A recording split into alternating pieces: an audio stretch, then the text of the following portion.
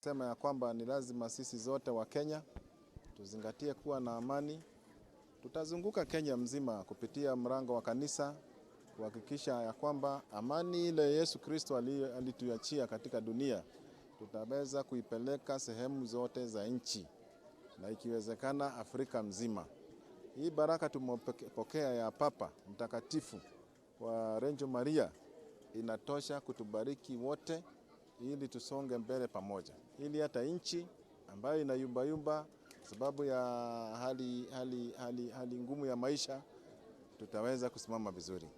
Naona hata kupata vitambulisho ni ngumu, kupata passport ni ngumu.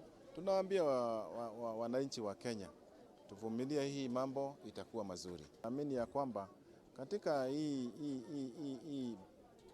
maongezi ya Bomas ambayo inaendelea, kuna kitu kizuri kitatokea hapo, na naamini ya kwamba watu wote watafurahia.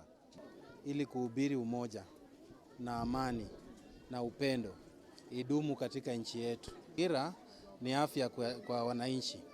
I hope ama ningependa zaidi wangeweka hiyo bidii yenye wanatia kwa kupanda miti, pia waweke kwa kupanda chakula, kwa sababu wangesaidia wakulima kwa upande wa ukulima ili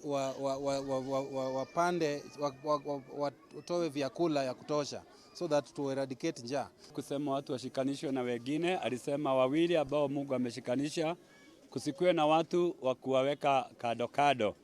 Hakukuwa mambo ya legal marriage from the beginning. Hii ni mambo imeletwa na kasheshe ya watu ambao wanatafuta pesa wakati wa ndoa.